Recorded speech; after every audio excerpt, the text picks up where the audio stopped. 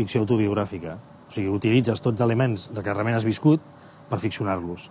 Però això no vol dir que siguin exactament el que va passar i el que tu pensaves.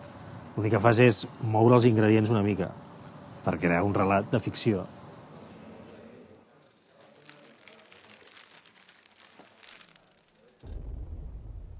Escrius guions, escrius una mena de novel·les, no sé, prosa, escrius i constantment vas plantejant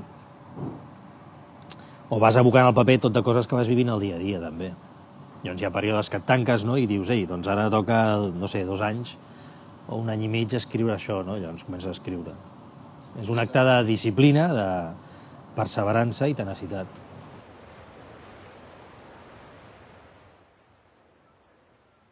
No crec que hi hagi tanta diferència amb el que plantejava el Pla en diferents dels seus escrits. Però que són com camins paral·lels, no? Que és com...